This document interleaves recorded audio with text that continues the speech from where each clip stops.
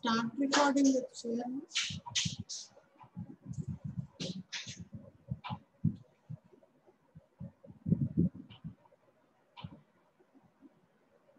Good morning, students. Today, microbiology class is a practical topic. We have finished theory topics, and from today onwards, will continue the practical topics. Some practical topics are covered for you, and we'll continue with the remaining practical topics which are there for you.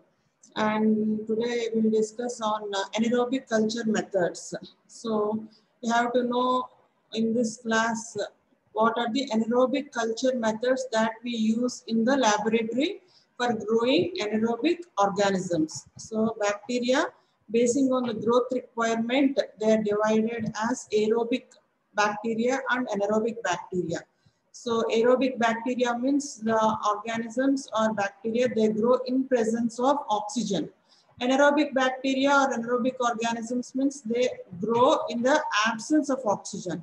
So oxygen is not required for the growth of anaerobic organisms. And how we provide anaerobic conditions is what we have to discuss in today's class.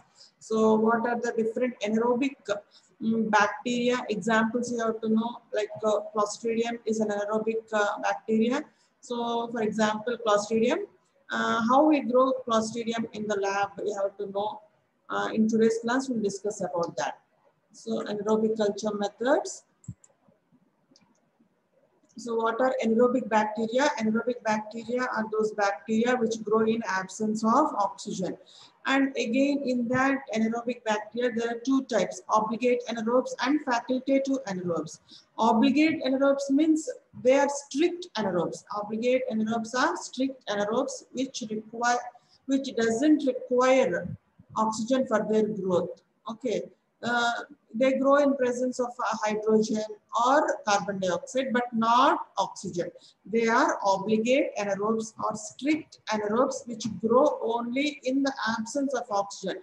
When oxygen is there, they die on exposure to oxygen. And microaerophilic. What are microaerophilic bacteria?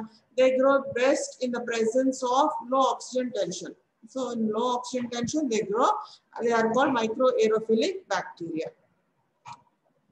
This is the classification of organisms basing on the oxygen requirements. Obligate anaerobes are organisms which grow in environment other than oxygen. That means they grow only in absence of oxygen. Oxygen is lethal to them. That means in presence of oxygen, these organisms die. Example is Clostridium. Aerotolerant anaerobe is an anaerobe which tolerate oxygen for some time but do not use it. It doesn't use the oxygen, but they can tolerate. That's why they are called aerotolerant anaerobes. Example, Clostridium histolyticum. What are facultative anaerobes? They are aerobes actually that can grow even in anaerobic conditions. They are aerobes. That means they grow in presence of oxygen, but they can even tolerate the anaerobic condition. Absence of oxygen also they can tolerate and they can grow. They are called facultative anaerobes. Example is most of the pathogenic bacteria like Escherichia coli and Staphylococcus aureus. So obligate anaerobes are the organisms that grow only in the absence of oxygen. So how will you provide the environment lacking oxygen is what we will discuss in today's class. So what are the different anaerobic culture methods? That is, one is production of vacuum. That means all the oxygen environment is removed from the place by displacement and combustion of oxygen. Third one is absorption of oxygen by using some chemical methods. We can provide anaerobic condition. There is a chamber called anaerobic glove box where anaerobic environment is provided by using reducing agents or chemical agents where anaerobic conditions are provided. And last one is PRAS. PRAS means pre-reduced anaerobically sterilized. One by one, we will discuss the different culture methods. The first one is production of vacuum. So this is the vacuum desiccator. This is called vacuum desiccator, a glass jar with a lid provided. So there are two compartments in the jar. At the base, there is a placed for desiccant to be placed. Desiccant like a silica gel or any other desiccant which will remove the moisture and air in the jar is a desiccant that is placed in the lower compartment. Then a mesh is provided where the culture plates are placed on the mesh. This is a desiccator, vacuum desiccator, production of vacuum, which is achieved by incubating cultures in the vacuum desiccator. So you can place the culture plates, blood agar plates or any other culture plates on this in this desiccator.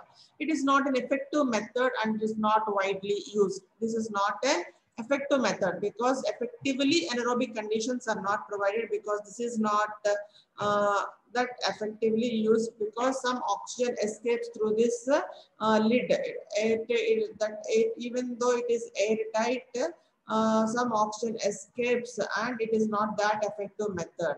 So what is the better method than this is second one, displacement and combustion of oxygen. So here we use McIntosh Fields anaerobic jar and Anaxomat instrument. Anaxomat is an automated instrument. McIntosh Fields anaerobic jar is widely used for growing anaerobic organisms. So how you have to know about this jar in detail. McIntosh Fields anaerobic jar. This is there in our laboratory, which will be given to you in your spotter in your practical examination. This will be placed in your Viva, and it will be asked, questions will be asked in Viva, and it will be given as a spotter also. First you have to identify the jar. When a jar is placed, you have to first identify it as a McIntosh Fields anaerobic jar. So this jar is an anaerobic jar for growing anaerobic bacteria. It is called McIntosh Fields anaerobic jar. So how does this work and what are the parts you have to know? So it works by displacement and combustion of oxygen. It involves evacuation of air from the jar. So from the jar, we can evacuate the air or oxygen and we can replace with inert gas like hydrogen. So there is two inlet, one inlet and outlet is there. So where you can evacuate the oxygen and you can replace with another gas like hydrogen, followed by removal of residual oxygen by use of a catalyst. There is a provision for placing catalyst also, and this is carried out by using two instruments. One is McIntosh Fields anaerobic jar and Anaxomat instrument. So what is the principle here? By displacement and combustion of oxygen. So this is the jar for growing anaerobic bacteria. It is called McIntosh Fields anaerobic jar. It is the most effective and popular method. It consists of a metal or glass jar. Here you can see a metal jar. A stout glass jar is also, we can also see some jars with the glass. So here it is metal. And sometimes there are glass jars also for growing this anaerobic bacteria with a lid. This is the lid provided, which consists of screws so that we can tightly place the lid onto this jar. And there are two openings. This is the inlet and this is the outlet. This is the inlet tube and outlet tube provided with the taps. And these tubes can be connected to tubes. Inlet can be connected to a tube from where oxygen can be removed from the jar, and outlet is also connected with the tube so that by using a hydrogen cylinder you can send the hydrogen gas into the jar. There is a pressure gauge also, and two openings, inlet tube and outlet tube with taps. That means with controls, you can control it, the inlet and outlet. So this is the McIntosh Fields anaerobic jar. In this picture, you can see this is the with the labels. It is a pressure gauge is there, and the inlet and outlet tubes are there. Screws. The lid is provided with screws so that you can fix it airtight to the jar. And base of the lid, you have a place for placing the catalyst. It is a palladium catalyst is placed underneath the lid. This is the jar, and here you can see some tube hanging, that is the indicator. How will you know that anaerobic condition is there in the jar or not? By this indicator. It is a chemical indicator. Usually we use methylene blue, reduced methylene blue. It is colorless in anaerobic condition. And in aerobic condition, when oxygen is there, it becomes blue color. That is the chemical indicator we can use for this Macintosh Fields anaerobic jar. Here it is in green color. We usually use reduced methylene blue as the chemical indicator. So inside the jar, you can place the culture plates. So inside you can place the culture plates, and then you can close the lid with the help of the screws. And first you will remove the oxygen present in the jar through the outlet tube, and through the inlet tube you can pass the hydrogen gas. Then you can incubate the metal jar overnight or for 3 days depending upon the organism, and you can check for the growth of the anaerobic bacteria. So Macintosh Fields anaerobic jar is a stout glass or metal jar. It can be made of metal or glass. Stout glass or metal jar which has a metal lid clamped. It can be clamped airtight with screws. The lid has inlet and outlet. Inlet and outlet tubes are provided with the taps also, where we can control the inlet and outlet. There are 2 terminals which can be connected to electric supply. Underside of the lid there is a grooved porcelain spool for placing the catalyst. The catalyst is palladianized asbestos is the catalyst. So the culture plates are placed in the jar. Outlet tube is connected to a vacuum pump through the help of a tube. Outlet is connected to a tube and it is connected to a vacuum pump.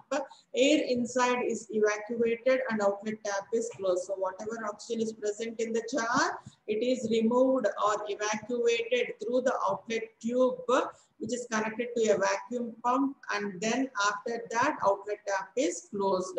Inlet tube is connected to hydrogen supply with the help of a hydrogen cylinder. You can, from the hydrogen cylinder, you can connect to the inlet tube and the jar is filled with the hydrogen. Electric terminals are connected to electric supply, and below the lid there is a catalyst. What is the catalyst? Palladianized asbestos.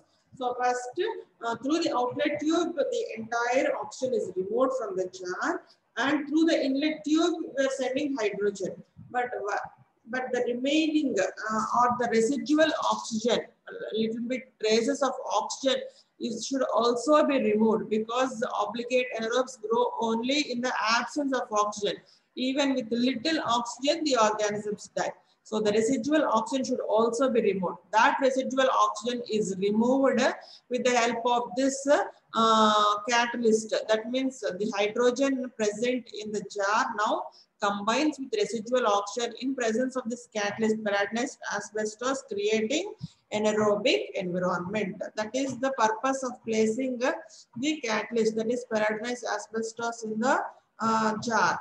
What it is doing, this catalyst, the palladianized asbestos, it is catalyzing the reaction. That means hydrogen is combining with residual oxygen in presence of this palladianized asbestos and creating an anaerobic environment. Like that, a strict anaerobic condition is provided in the Macintosh Fields anaerobic jar. But there is one disadvantage of using Macintosh Fields anaerobic jar because of the usage of that hydrogen gas cylinders and the hydrogen gas or any other inert gas. There is a disadvantage of explosion of the Macintosh jar. That's why that is a disadvantage of using that Macintosh jar.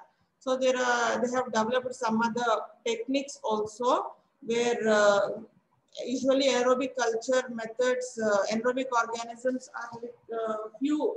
Usually they won't be in a majority of cases. Only few cases, from a few cases, we isolate anaerobic organisms. That means the demand is also less. That's why we use we can use some other alternative methods instead of using a jar like that, which is having a disadvantage of explosion. When the turnover of growing anaerobic organisms is less, we can use different culture methods, and we'll discuss now about those. Enoxomat. Enoxomat is an automated. The principle is same like Macintosh jar. This is the enoxomat where jar is provided and the tubes are provided, and with these tubes oxygen is evacuated from the jar and hydrogen is supplied into the jar. The principle is same, but it is an automated instrument. So enoxomat, its principle is same like Macintosh Field's anaerobic jar, but it is automated equipment which evacuates the air from the jar and replaces by hydrogen gas from a cylinder. Catalyst is also used. Same catalyst is used here to remove the traces of oxygen. It is easier to operate than Macintosh jar method and claims to be highly effective for creating aerobiases. So it is somewhat easier than Macintosh Field's anaerobic jar in operation. The third method is absorption of oxygen by chemical methods. Here, in contrast to Macintosh Field's anaerobic jar, where evacuation and replacement technique is used, that procedure is not there. Oxygen is removed by chemical reactions. So by using the chemical method, this process is eliminated or is not there in this method, chemical method. The best example for this chemical method is gas pack. Gas pack is most commonly used method for providing anaerobic conditions. It is simple to perform and it is perfect for a lab having less sample load. When only few plates are there for growing anaerobic bacteria, when only few culture load or sample load is less, we can use this gas pack method. What is gas pack? We have to know. It works on the principle of absorption of oxygen by chemical method. Gas pack. What is gas pack? It is a sachet. It is a sachet or a pack containing sodium bicarbonate and sodium borohydrate. That means chemicals which react chemically in presence of water to produce hydrogen and carbon dioxide gas. So in that sachet, so culture plates are placed in the jar along with the sachet. This sachet is gas pack. It is cut and it is placed in the along with the plates in the jar. So it contains, the sachet contains sodium bicarbonate and sodium borohydrate, which reacts chemically in presence of water and produce anaerobic environment, that is hydrogen and carbon dioxide gas. Traces of oxygen is removed by using the same catalyst is also placed. Aluminum pellets coated with palladium is placed below the jar. So beneath the jar, the catalyst is placed. So traces of oxygen react with the hydrogen and provide aerobic environment. So for gas pack also, we need a jar like this. The culture plates are placed along with the sachet. We don't provide hydrogen through any cylinder or any tubing. We don't provide the hydrogen gas, but in that sachet, by addition of water, there is a provision to produce carbon dioxide and hydrogen by a chemical reaction. That chemical reaction is between sodium bicarbonate and sodium borohydrate in presence of water, producing hydrogen and carbon dioxide. That is the gas pack method. Catalyst is also there. Why catalyst is always placed under the lid? To remove the residual oxygen present in the jar. Okay. So this is the gas pack system. So this is a jar where the culture plates are placed along with the gas pack sachet. We'll cut the gas pack sachet and place in the jar. The chemical reaction takes place, providing hydrogen and carbon dioxide environment. Underneath the lid, there is a catalyst, palladinized asbestos, which will react with the residual oxygen to provide anaerobic condition. So gas pack is commercially available disposable envelope. It contains chemicals which generate hydrogen and carbon dioxide on addition of water. It is a simple and effective method for eliminating the need for drawing vacuum and adding hydrogen, because we have the disadvantage of explosion by using that McIntosh Fields anaerobic jar, we can use this gas pack method.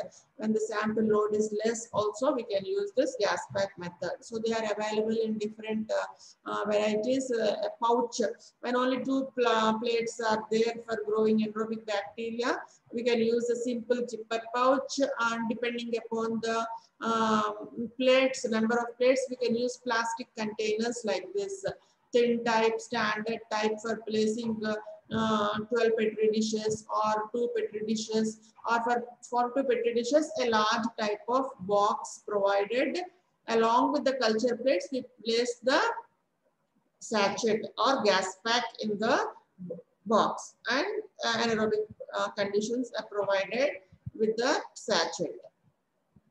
So what are the indicator of anaerobiosis? How will you know that anaerobic conditions are provided or not? There are two types of indicators, chemical indicator and biological indicator. In McIntosh Fields anaerobic jar, I showed you chemical indicator. It is reduced methylene blue, which is a tube containing reduced methylene blue, which will remain colorless in anaerobic conditions. But when the color is changed to blue color, we have to suspect that some oxygen is still there in the jar. Biological indicators are also there. What is a biological indicator?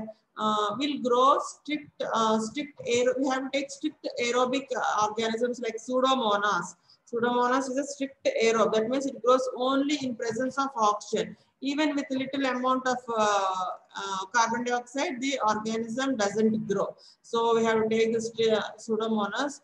Plate inoculated with Pseudomonas is incubated along with other inoculated plates for aerobic culture. Absence of growth of Pseudomonas, which is an obligate aerobe, indicates that perfect anaerobiosis has been achieved.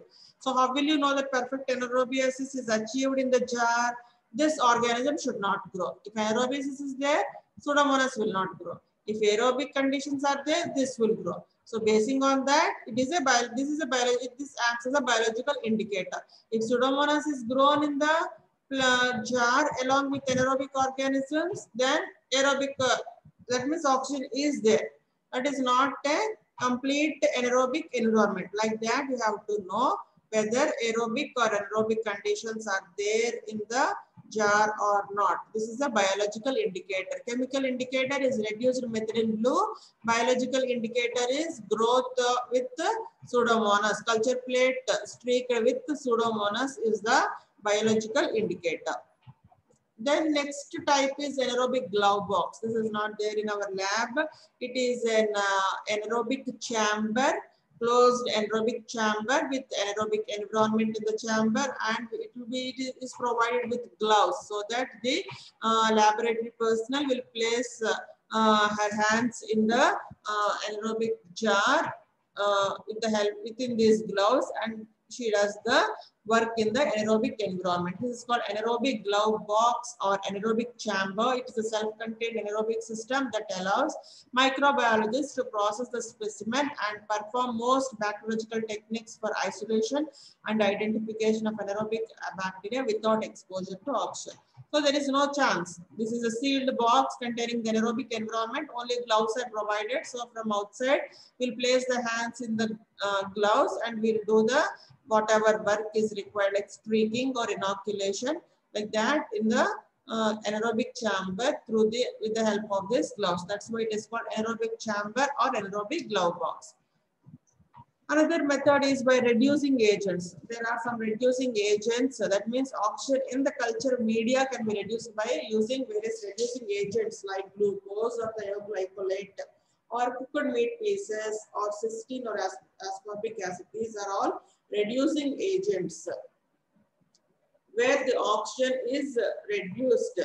So in the media, we'll add these reducing agents so that oxygen is removed in the media.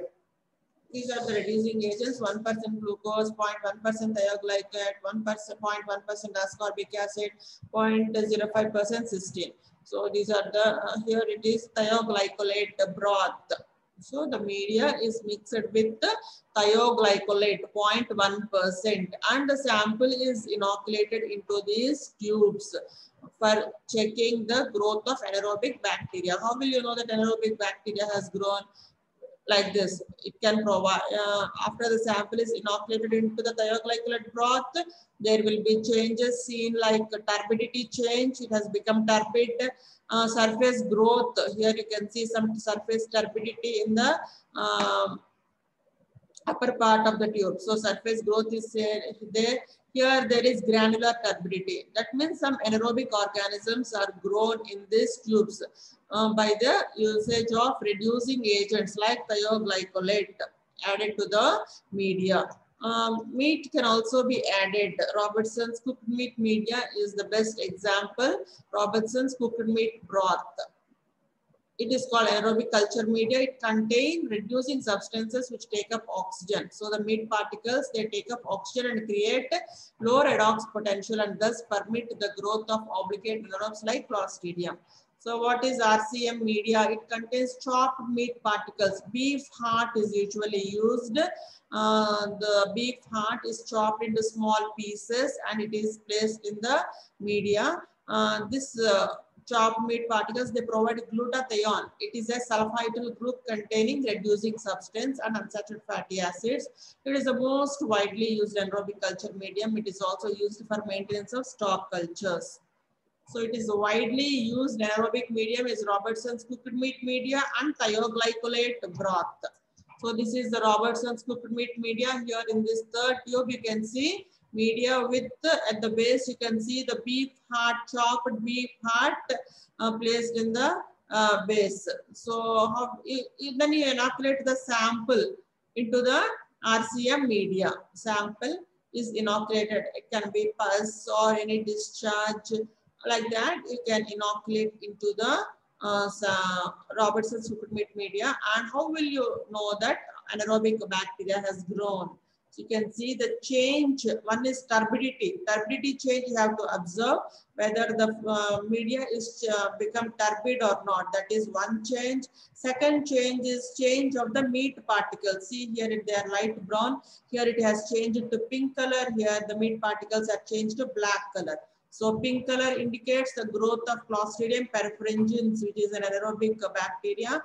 Black color indicates Clostridium tetani growth. Along with that, there is a production of pungent odor also by this anaerobic organisms. Like that, you can know that. And later on, you can do the gram stain of the broth of this broth. You can do the gram stain and you can check for the Clostridium tetani, tennis racket shaped bacilli can be seen in the gram stain, and like that you can confirm it. So this is the Robertson's cooked meat media. Media in the bottle. Here you can see the turbidity change and change of the meat particles. This is the widely used media, Robertson's cooked meat media, for growing anaerobic bacteria in the laboratory. The last method is PRAS. PRAS means pre-reduced aerobically sterilized. These are prepared. These are also this media. It is a media which are prepared entirely under oxygen-free conditions from initial sterilization to packaging in sealed foil packages. So media we get anaerobic media. This is an anaerobic media.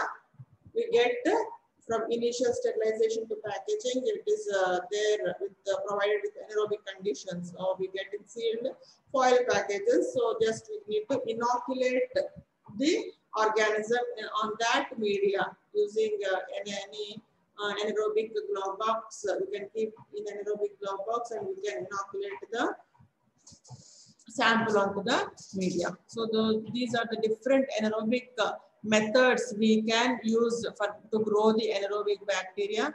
But these PRAS and all are not there in our laboratory. We won't use those media. For information purpose, I have shown you this one, Robertson's cooked meat media we use in the laboratory, and this will be also your spotter, or they can ask you in Viva. So this will definitely be your spotter, Robertson's cooked meat media. By seeing that meat particles in the media, you have to identify it as what media? Robertson cooked meat media used for growing anaerobic bacteria. With the help of this color change of the meat particles, you can identify which anaerobic organism also. So this one will be your spotter, And this is a thioglycolate broth. This also can be placed, can be kept in spotter. Then this will be your examination question. McIntosh Fields anaerobic jar. This is a spotter and it can be also asked in Viva also. McIntosh Fields anaerobic jar. Okay. You have to know the parts of the instrument and also the working condition, how it works. It works by what principle? It involves evacuation of oxygen from the jar and replacement with the inert gas like hydrogen, followed by removal of residual oxygen is also removed by use of a catalyst, palladianized asbestos the catalyst. So that is the McIntosh Fields anaerobic jar. If it is a practical class, we can see it really, but since it is a virtual class, pictures only, you can see with the help of these pictures, you should write what is this? It is a McIntosh Fields anaerobic jar. What is this tube here? It is a indicator tube. What is the indicator? Chemical indicator. Reduced methylene blue is the indicator. These will be your questions in the when asked in Viva. Okay. So that is about the class. Thank you.